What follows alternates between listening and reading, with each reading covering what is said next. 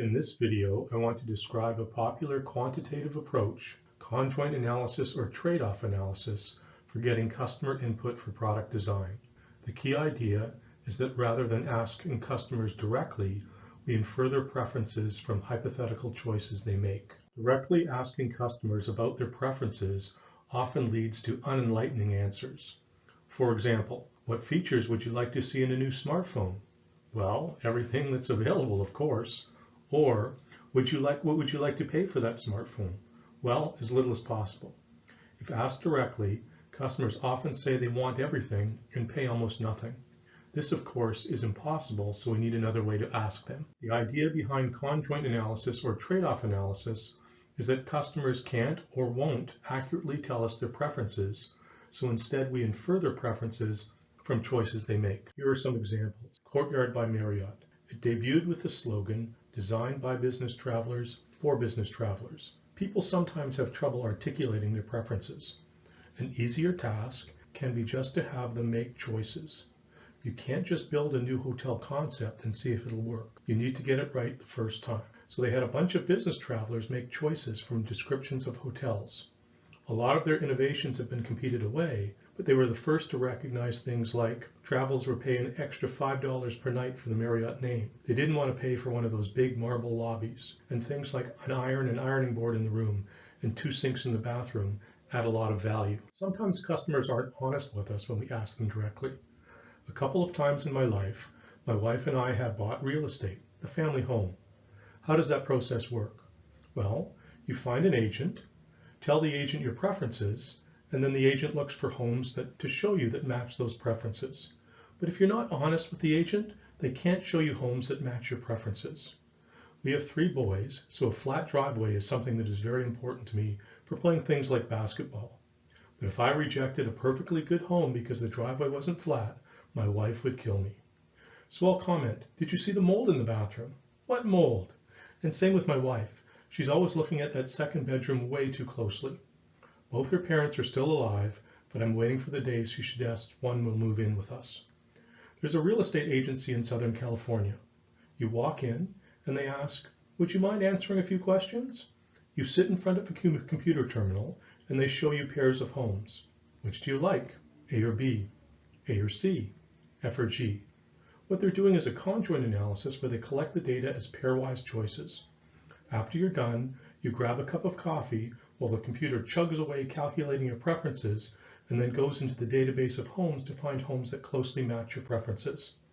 They have a quasi-experiment because some agents use the system and some do not.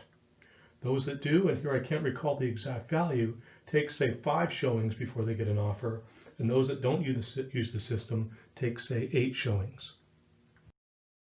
In the early to mid 2010s, Apple sued Samsung for alleged patent infringements that relate to features of the iPhone and iPad. Conjoint analysis was used to determine the damages. A feature like slide to unlock is just another attribute that can be used to describe a smart device, and thus it can be valued using conjoint analysis. Finally, Pandora. While this isn't conjoint analysis because the product set the customer is choosing from isn't an experimental design, the underlying idea is the same. There are 2 broad ways to make recommendations. One is to make recommendations to me based on what others who the recommender system views as like me are listening to. That's not how Pandora works. How Pandora works is to break music I'm listening to now into components: genre, melody, rhythm, vocals, and lyrics. It views what I'm listening to now as a bundle of attributes. It infers my preferences for each attribute based on my listening behavior, looks for other songs based on those inferred preferences, and uses that to make recommendations to me. Conjoint analysis works in products that can be described as a bundle of attributes. Each attribute adds to the overall utility of the product or service, and utility drives choice, i.e. behavior. Conjoint analysis has been used in many practical applications to support product design. Questions such as, should our health benefit plan include prescription drug coverage, vision benefits, and/or dental benefits? Or should we use a steel or aluminum casing to increase customer preference for our new extrusion equipment? Conjoint analysis requires that the product or service can be decomposed into attributes, and Respondents can agree on what those attributes mean. It helps if the attributes are engineering specifications. For example, a smartphone can be described by its screen size, battery life, brand name, camera pixels, etc. Hedonic goods and abstract attributes pose challenges. Consider perfume. Smells floral might describe its scent, but it is not clear that all consumers would define smells floral the same way. This can make it difficult for the conjoint study to inform the product design, though you can get around this by having the respondent rate prototypes rather than descriptions of the product. How does conjoint analysis work? Respondents rate or choose from a set of 20 to 30 hypothetical products. The analyst then uses the responses to infer individual level preferences for each attribute level. It is important to note that we get preferences for an individual, which can then be aggregated to the market level. Step 1. Define the attributes. It is important that these are the most important determinants of choice. Earlier we discussed how Apple used conjoint analysis to value features such as slide to unlock in order to determine damages from Samsung for patent infringement. Samsung did not dispute using conjoint analysis to determine the damages, but challenged that Apple's study, by neglecting brand name, overstated the value of the features in dispute. Generally, we aim for no more than 6 attributes. It becomes burdensome on the respondent if there are too many attributes. We use qualitative methods to determine the important attributes. For example, a restaurant-style pizza might be described by its toppings, the amount of cheese, the crust, and the price. Step 2. Define the levels. There are several considerations. First, the levels should not be ambiguous. Don't say something like long battery life. Specify the battery life in concrete terms. Second, do not use ranges. Don't say something like battery life is 10 to 20 hours.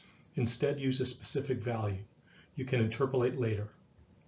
Third, the levels should be realistic values that could occur in the market. Extremes that are not feasible tend to get overvalued by respondents.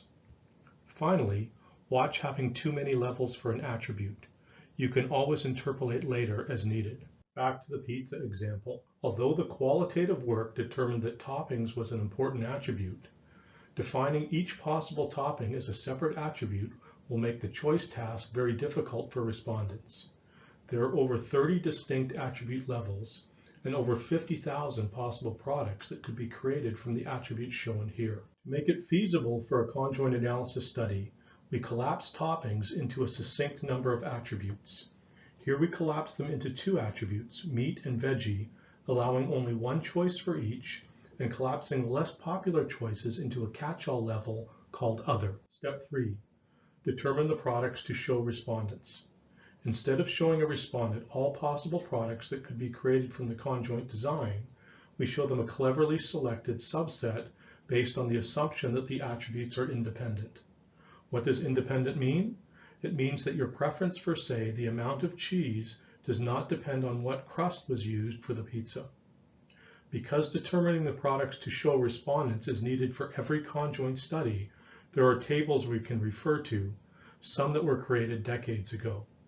The formal name for this is an experimental design. Step 4. Collect the data. Today this is done using interviewing software. Aim for a few hundred respondents. The data is usually collected in one of 2 ways. One way, called full profile, has respondents provide a rating on, say, a 0 to 100 scale for each product they are shown. The other dominant way to collect the data is to present the respondent with a series of 2 or 3 products, asking them to choose from the set. A limitation of conjoint analysis is that it assumes things do not change. The attributes used remain the most important attributes. The competitors stay the same and don't change their product features. Finally, there are many applications of conjoint analysis in practice, ranging from segmentation studies to product design studies to pricing studies. In summary, asking customers directly about their preferences often leads to unenlightening answers. They want everything and to pay very little. Conjoint analysis is a method to elicit customer preferences inferentially by having them make choices of hypothetical products. If you conduct conjoint analysis studies regularly, say as part of a consulting practice, consider using commercial software from a firm called Sawtooth Software. This concludes this video.